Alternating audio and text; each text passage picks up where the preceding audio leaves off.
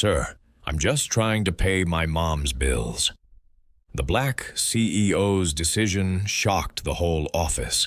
The cold of the marble floor seeped through the thin soles of Elias's worn work boots. It was a deep, invasive cold, the kind that settled in your bones and reminded you that you were alone. He pushed the mop across the gleaming lobby of Vance Industries, his reflection a ghostly twin gliding silently alongside him. The figure was gaunt, tired, a smudge of a man against the backdrop of immense, sterile wealth. Chandeliers shaped like frozen stars hung from the cavernous ceiling, casting a brilliant, sterile light that offered no warmth at all. It was 2 in the morning. The city outside the towering glass walls was a glittering tapestry of sleeping dreams. But in here, there was only the rhythmic slosh of water in his bucket and the whisper of the mop. Silence was the currency of the night shift. It was a heavy, suffocating blanket. Elias paused, leaning on the mop handle, his breath fogging in the chilled air. He pulled a worn leather wallet from his back pocket. Inside, tucked behind a few carefully folded dollar bills, was a photograph. The edges were soft, the colors faded from 1,000 nervous glances. It was his mother, Sarah, sitting on a park bench years ago. A genuine life-affirming smile on her face. Before the illness, before the hushed whispers of doctors and the endless drone of machines, before her world and his had shrunk to the 4 walls of a long-term care facility. He traced the outline of her cheek with his thumb. This was why he was here. This was why he pushed a mop at 2 in the morning and sorted mail in a different building at 6 in the evening. For that smile.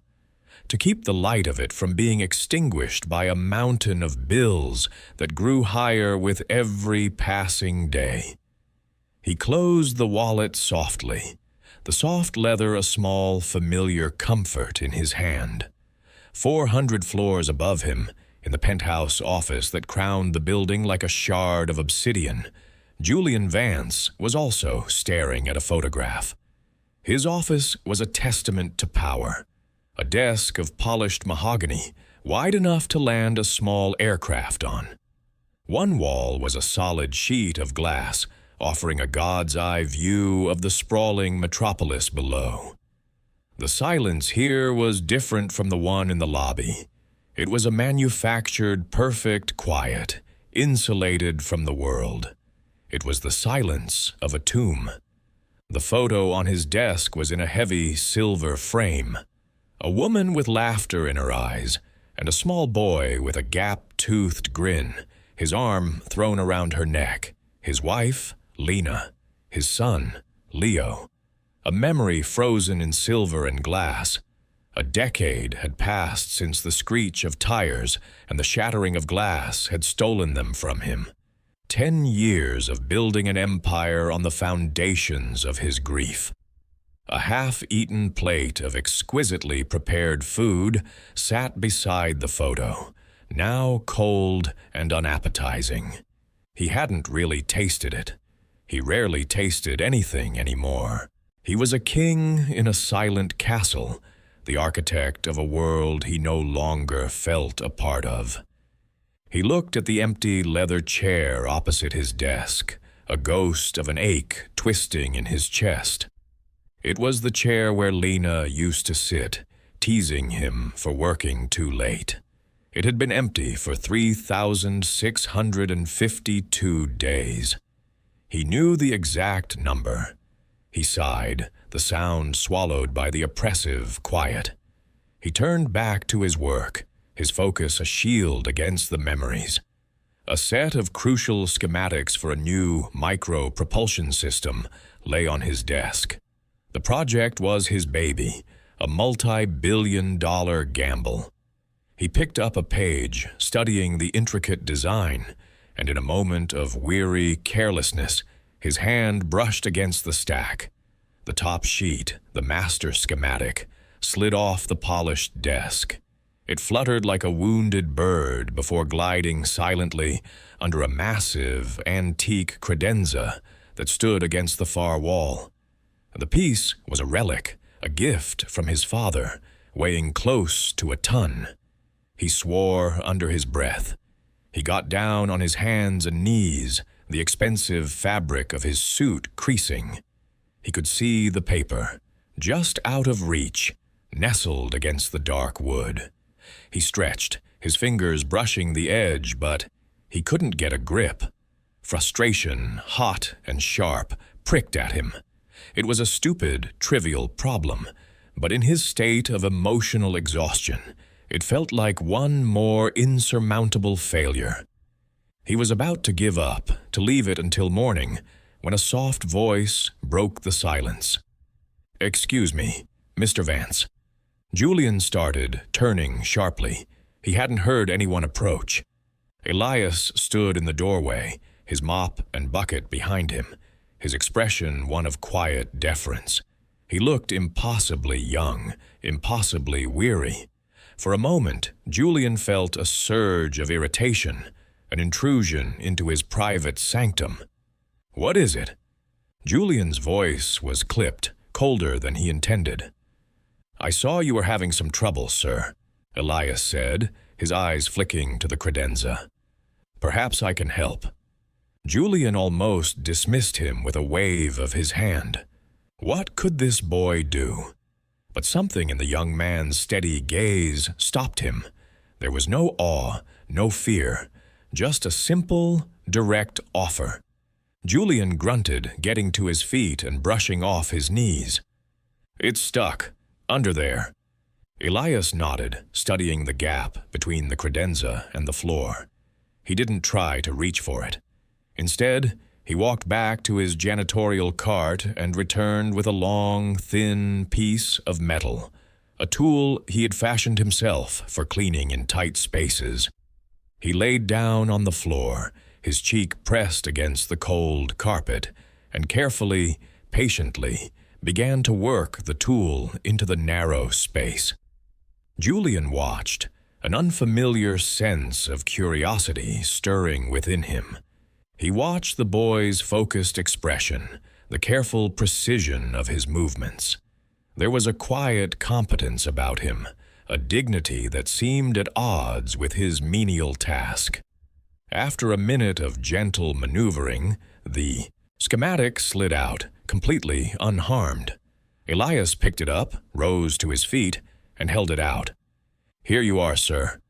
As Julian took the paper, their fingers brushed. The boy's hand was cold, and Julian noticed he was trembling slightly.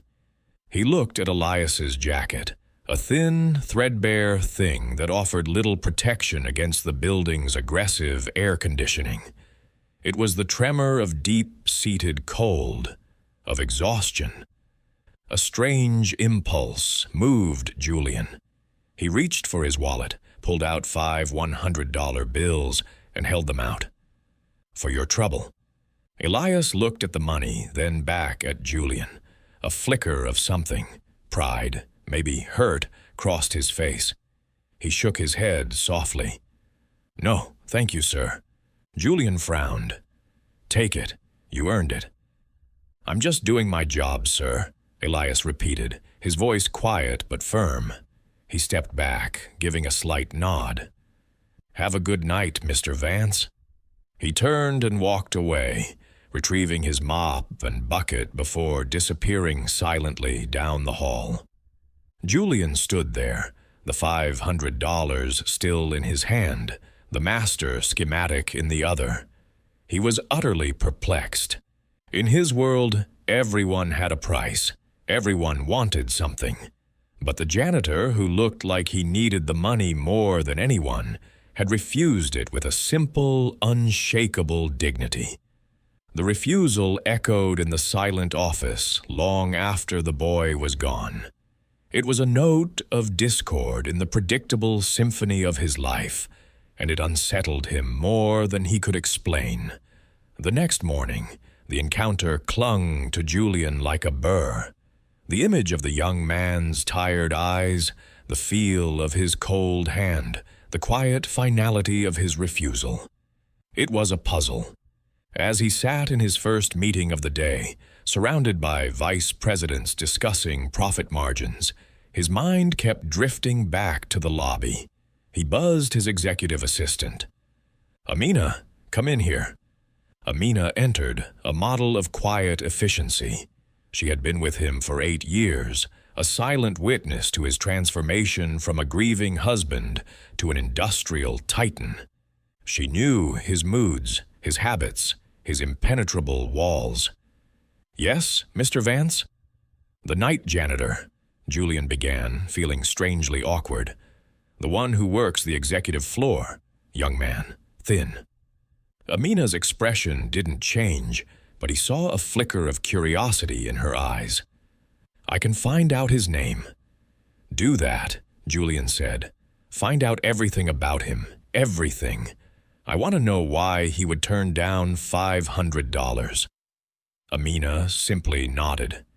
"Of course, sir." She knew better than to ask why.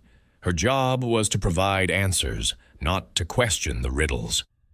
The report was on his desk by noon in a slim, confidential folder. Julian dismissed his lunch meeting and closed his office door. He opened it, his heart beating with an unfamiliar anticipation. The name on the file was Elias Thorne, age 22. The details that followed painted a stark, bleak picture. Former scholarship student at the city, university, studying engineering. Dropped out in his second year. Father deceased, a construction accident. Mother, Sarah Thorne, diagnosed with a rare neurodegenerative disease 2 years ago. The medical bills were, as Amina had noted in the margin, catastrophic. Elias worked 2 jobs, the night janitorial contract at Vance Industries and an evening shift in the mailroom of another downtown firm. He lived in a single-room apartment in a notoriously rough part of the city. Bank records showed that over 90% of his income was wired directly to the Northwood Pines Care Facility. Julian leaned back in his chair, the file resting on his lap. This wasn't just a story of hardship, it was a story of relentless, selfless devotion. Then he saw the final detail Amina had included, a small, almost trivial note at the bottom of the page. Subject volunteers every other Saturday at the public library, reading to children. Reading to children. The words struck him like a physical blow. He saw, with blinding clarity, Leo, age 5, curled up beside him on a sofa, pointing a chubby finger at a picture of a dragon. He could almost smell the scent of his son's hair, feel the small, warm weight of him. The grief he kept so carefully locked away surged, fierce and raw.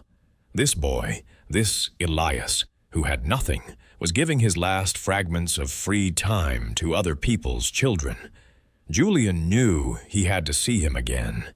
He couldn't just let it go. That night he stayed late, feigning work he had already completed. He waited, the silence of his office now feeling less like a tomb and more like a waiting room.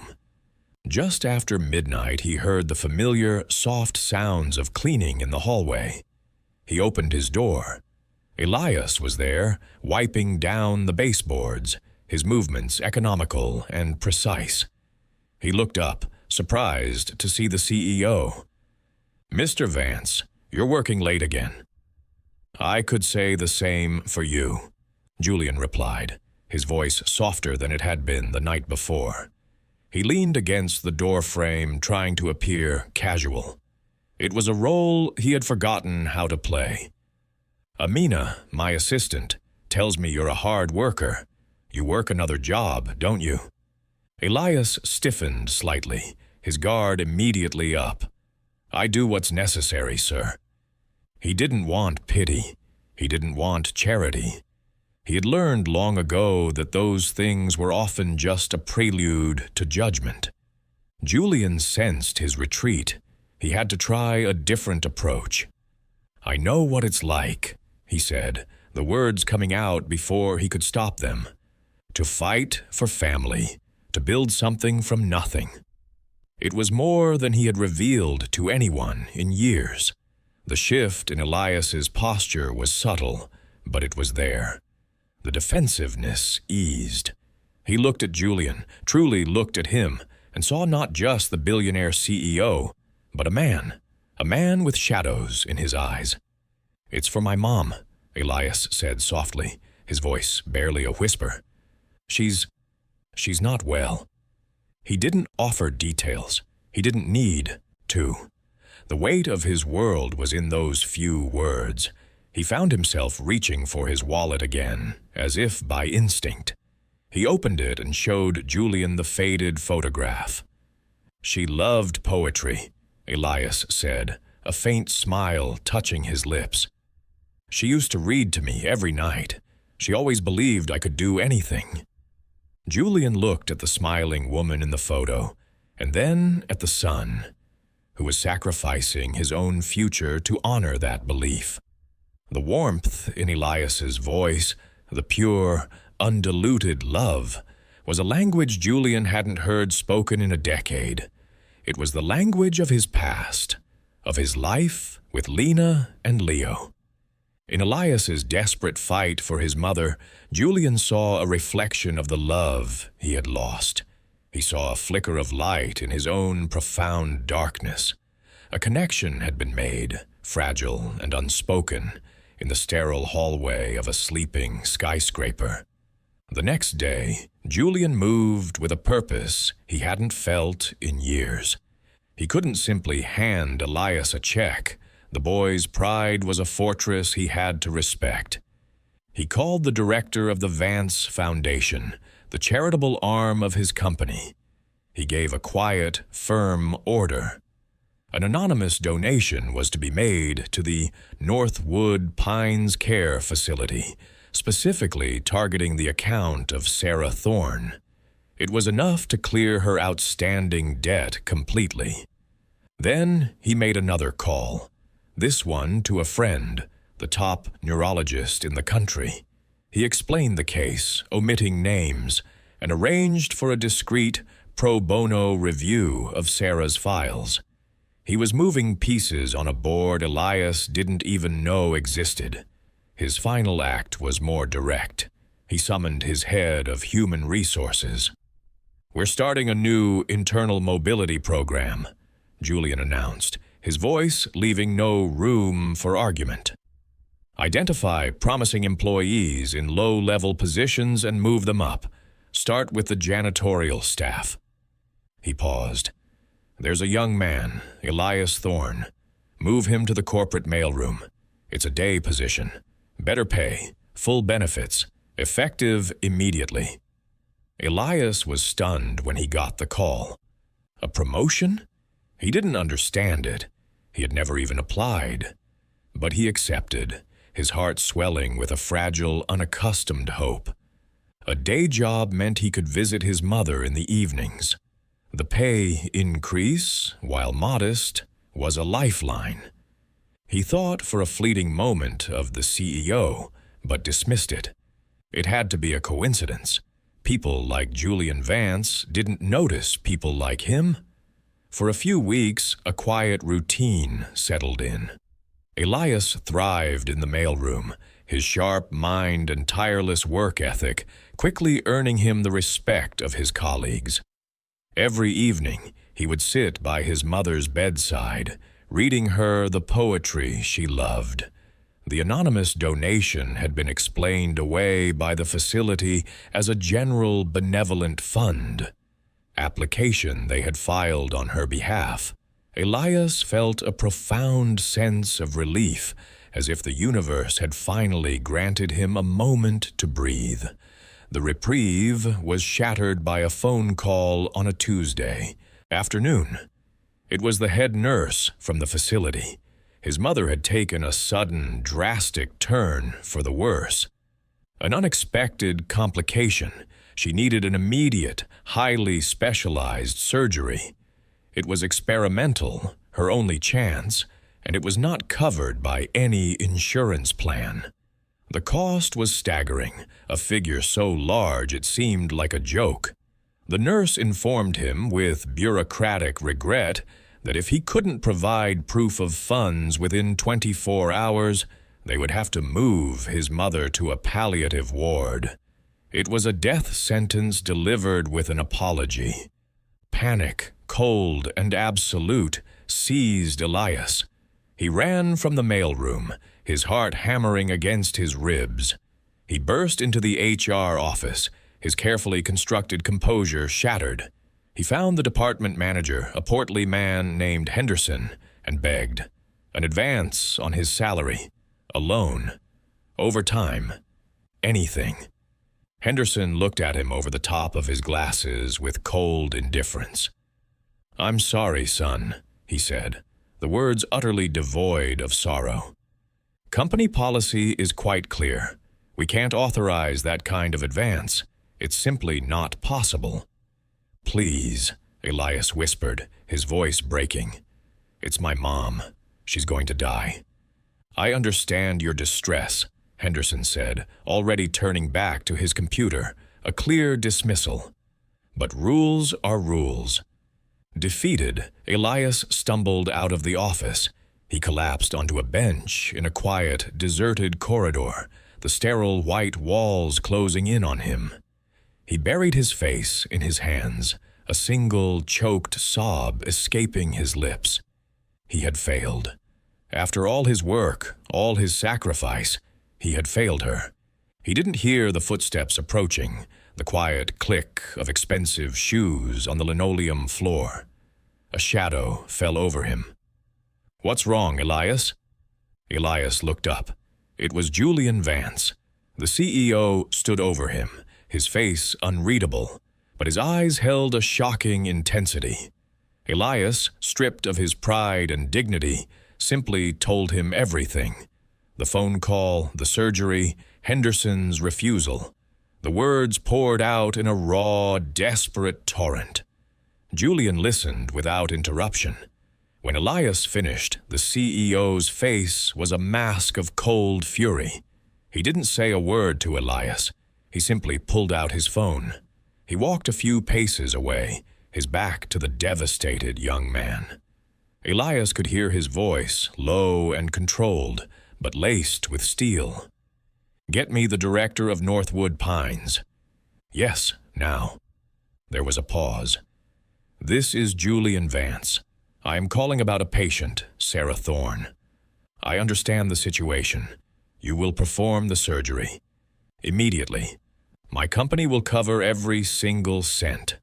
There will be a wire transfer in your account within the hour. Do you understand me?" Another pause. Julian's voice dropped even lower, becoming a blade of ice. "If you hesitate, if you allow any bureaucratic nonsense to delay this for even 1 minute, I will not only buy your facility, I will personally see to it that you never work in medicine again. We are clear." He hung up. He turned back to Elias, who was staring at him, his mouth agape, his eyes wide with disbelief. Julian's expression softened. "Go to the hospital," he said, his voice now gentle. "Go be with your mother." The surgery was a miracle. The specialist, flown in on a private jet chartered by Vance Industries, performed the delicate procedure flawlessly. Sarah Thorne was stable, her prognosis suddenly, impossibly hopeful. Elias sat by her bedside, holding her hand, his mind reeling. He was adrift in a sea of gratitude so immense it was terrifying. How could he ever repay a debt like this? News of the CEO's dramatic intervention spread through the company like wildfire. Whispers followed Elias in the hallways. He was no longer just a mailroom clerk. He was a curiosity, a mystery. The quiet respect he had earned was replaced by suspicion and envy. Why him? What was his secret? The answer, or at least a twisted version of it, came a week later. Henderson, the HR manager, humiliated by the CEO's public override of his authority, sought his revenge. He anonymously leaked a story to a notorious online gossip blog. The headline was a poisoned dart. Grieving billionaire Julian Vance bails out mailroom boy, charity case or calculated con. The article was a masterpiece of insinuation. It painted Elias as a cunning opportunist, preying on the lonely, emotionally vulnerable CEO. It dredged up the details of Leo and Lena's death, framing Julian's act of generosity as the misguided projection of a man desperate to replace his lost son. It suggested Elias had manufactured his crisis, that he was nothing more than a sophisticated gold digger. When Elias saw the article, passed to him by a colleague with a pitying look, shame washed over him, hot and suffocating. His name, his mother's name, dragged through the mud. His private pain turned into public spectacle. But worse than his own humiliation was the thought that he had brought this down upon Julian. He had tainted the man's reputation, repaid an incredible kindness with a public scandal. The stares in the office were now openly hostile. The whispers were louder. He felt like a bug under a magnifying glass. His dignity, the one thing he had clung to through all the hardship, was in tatters. He couldn't bear it. He knew what he had to do. He walked to the penthouse office, his resignation letter folded in his trembling hand. He didn't wait to be announced. He walked straight past a surprised Amina and into Julian's office. Julian looked up from his desk, a concerned expression on his face. "Elias, I saw the article. It's garbage. Don't pay any attention to it." "I can't do that," Elias said, his voice thick with emotion. He placed the letter on the polished desk. "I am so grateful for everything you've done, Mr. Vance. More than I can ever say. But I can't work here anymore. I've caused you this problem. I won't be your burden." Julian stared at the letter, then at Elias's face, etched with misery and resolve. For a terrifying moment, Julian felt the old emptiness beckon. It would be so easy to let the boy go, to retreat back into the safety of his fortress of solitude. No connections meant no pain, no scandal. His grief had taught him that lesson well. The world was a complicated, messy place. His work, his numbers, his silent office. That was safe. But then he looked into Elias's eyes and saw not a con man, but the same honorable young man who had refused $500 for a simple act of decency. He saw the son, who read poetry to his ailing mother. He saw a flicker of the same light he had seen in his own son, Leo. And he knew, with a certainty that shook him to his core, that retreating was no longer an option. He had been a ghost for 10 years. Elias had, in some small way, brought him back to life. He wasn't going to let that go. Julian stood up, walked around the desk, and pushed the resignation letter back into Elias's hand. "Your resignation is not accepted." His voice was calm, but it held an unbreakable authority. "This isn't your mess to clean up. It's mine." Before Elias could protest, Julian pressed the intercom. "Amina, call an all-hands meeting for the entire corporate division. Main conference hall in 10 minutes. The conference hall buzzed with nervous energy. Hundreds of employees crammed into the space, whispering, speculating. Elias stood awkwardly at the back of the room, feeling the weight of 1,000 pairs of eyes on him. He saw Henderson near the front, a smug, self-satisfied look on his face. Julian Vance strode to the podium at the front of the room. A hush fell. He was an imposing figure, his presence filling the space. He didn't look at his notes.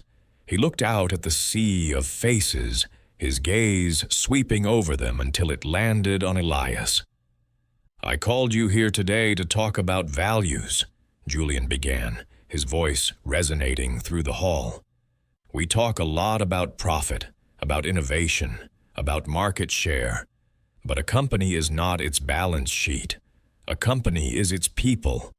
And the value of a person, their true character, is not found in their title or their salary." He paused, letting the words sink in. "True character is found in what a person does when no one is watching. It's found in their integrity, their loyalty, their compassion." He then told them a story. He told them about working late one night, about dropping a priceless document, and about a young janitor who helped him, not for reward, but simply because it was the right thing to do. He described how the young man had refused a substantial tip. "He said he was just doing his job," Julian said, his voice ringing with conviction. "I later learned that this young man was working 2 jobs. I learned he was giving nearly every dollar he earned to care for his sick mother. I learned that in the face of hardship that would break most people, he carried himself with a quiet dignity that is rarer and more valuable than any technology we could ever develop." His eyes found Henderson in the crowd, and for a second his gaze was like ice. Recently, this young man's mother faced a medical crisis. He came to this company, to his manager, and asked for help, not for a handout, for a chance. He said, and here Julian's voice grew louder, more powerful, "Sir, I'm just trying to pay my mom's bills." "That," Julian declared, his voice booming through the silent room, "is not the plea of a con man. That is the cry of an honorable son. That is the kind of character I want at the heart of Vance Industries." The room was utterly still. Henderson's face had gone pale. "There have been rumors, vicious, baseless rumors, designed to slander a good man and to question my judgment," Julian continued, his voice sharp. "Let me be perfectly clear. My judgment has never been better, which is why I am creating a new department, effective immediately. The Vance Industries Corporate Benevolence Fund, a multi-million-dollar endowment dedicated to helping our employees and their families in times of crisis." He took a deep breath, his gaze locking once more with Elias's. "And I am appointing as its first director, Mr. Elias Thorne."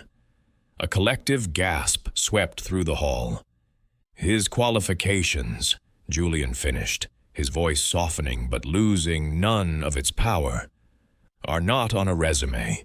They are in his heart, and I trust his heart more than any business degree in this room." For a moment, there was stunned silence. Then, a single person began to clap, then another and another, until the entire hall erupted in a thunderous, sustained ovation. It wasn't just for Elias. It was for Julian, for the leader they had only ever seen as a remote, untouchable figure who had just revealed a depth of humanity they had never imagined. Later, in the quiet of the penthouse office, the applause still echoing in their ears, Elias stood before Julian, utterly speechless. The weight of the past few weeks, the fear, the shame, the sudden shocking vindication, it was too much. His carefully built walls crumbled. Tears, hot and silent, streamed down his face. They were not tears of sadness, but of profound, overwhelming relief, of being seen, truly seen, for the first time in his life. "Why?" Elias whispered, his voice hoarse. "After all the trouble I caused, why would you do all this for me?" Julian walked to the great glass wall, looking down at the city lights that had for so long been his only companions. He finally turned, and the mask of the CEO was gone. In its place was the face of a father, a husband, a man hollowed out by grief. "My son, Leo," he said, his voice thick with a decade of unshed tears. "He was killed in an accident with my wife. He was 7. He had a heart just like yours, full of kindness. He once gave his entire piggy bank to a homeless man because he was cold." He took a shaky breath. "For 10 years, this company, this building, has been my fortress. A way to keep the world out. A monument to what I lost. It was cold. It was empty." He looked at Elias, his eyes shining with a raw vulnerability. "You, Elias, you reminded me what it feels like to fight for someone again. You made me realize this place shouldn't be a monument. It should be a home. You didn't cause this trouble. You ended it." In that moment, 2 lonely souls, a boy who had lost his future and a man who was trapped in his past, found a common ground. It was a foundation not of pity or gratitude, but of a shared understanding of loss and the quiet, desperate human need for connection. The months that followed were a quiet revelation. Elias, stepping into his new role, was a natural. He approached the Benevolence Fund not as a corporate duty, but as a human mission. He listened to the stories of his colleagues with an empathy born of his own experience. He fought for them, creating programs for emergency child care, for medical leave, for educational grants. He was transforming the culture of Vance Industries from the inside out, replacing its cold efficiency with a current of compassion. He and Julian began to spend time together outside the office. They shared quiet dinners in the penthouse, the vast dining table no longer feeling so empty. They talked for hours, Elias speaking of his mother's slow but steady recovery, Julian sharing stories of Lena and Leo, not with pain, but with a gentle, healing nostalgia. The ghost of Julian's past was finally being invited to sit at the table, not as a specter of grief, but as a cherished memory. One crisp autumn afternoon, Elias brought his mother, Sarah, to the office. She was in a wheelchair, but her eyes were bright, and the smile from the old photograph was back on her face. Julian greeted her not as a CEO, but with a simple, genuine warmth. Sarah looked around the magnificent office, then at the 2 men. She saw the easy rapport between them, the deep, unspoken affection. She reached out and took Julian's hand. "You saved my son, Mr. Vance," she said, her voice soft but clear. "But I think, in a way, he saved you too." Julian didn't reply. He simply squeezed her hand, his eyes shining. A year passed. A year of healing, of growth, of quiet joy. The Benevolence Fund was a resounding success, a model of corporate responsibility. Julian Vance was a changed man. The formidable remote titan was gone, replaced by a leader who knew the names of the security guards, who smiled in the elevators, who was, for the first time in a decade, truly present in his own life. One Saturday, Julian took Elias to a small, beautifully landscaped park on the outskirts of the city. It was a tranquil place, with a weeping willow and a quiet pond. A small, understated plaque near the entrance read, "The Lena and Leo Vance Memorial Garden." It was Julian's most sacred place, a space he had never shared with anyone. They sat on a bench overlooking the water. The silence between them was comfortable, familiar. "Elias," Julian began, his voice filled with a quiet gravity. "When I lost my family, I lost my future. This company, all this wealth, it was just a way to mark time. It had no purpose, no destination."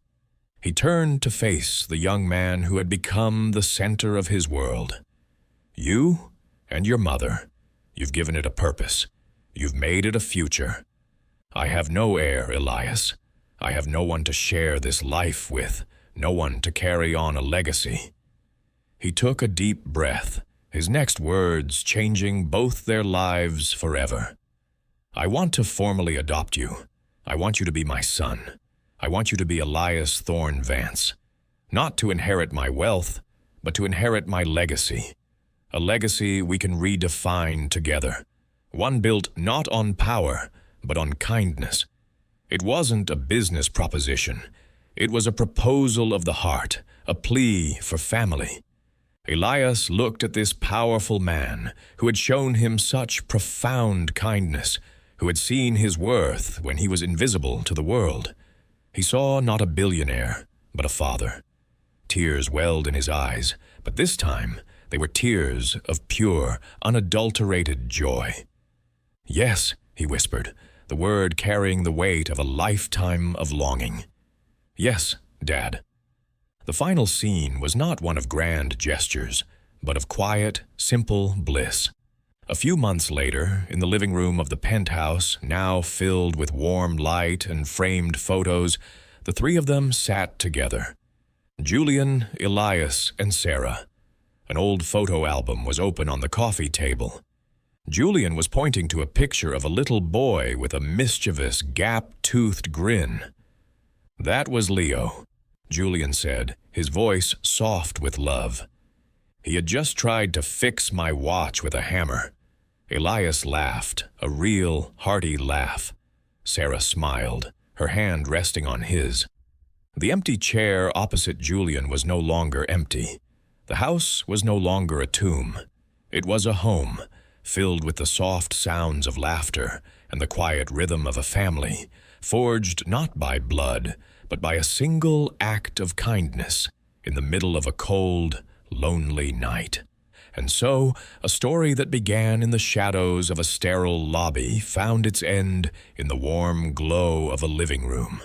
It serves as a powerful reminder that true wealth is not measured in stock portfolios or skyscrapers, but in the connections we forge and the kindness we extend. A single selfless act can ripple through the deepest chasms of grief, healing wounds we thought were fatal, and building a new family from the ashes of what was lost. It shows us that sometimes the most profound changes begin with the quietest gestures, and that seeing the dignity in another human being is the greatest investment we can ever make. If this story of compassion and second chances touched your heart, show your support by liking this video and sharing it with someone who needs a little hope. Don't forget to subscribe to Soul-Stirring Stories for more inspirational content. Until next time, stay kind and keep believing.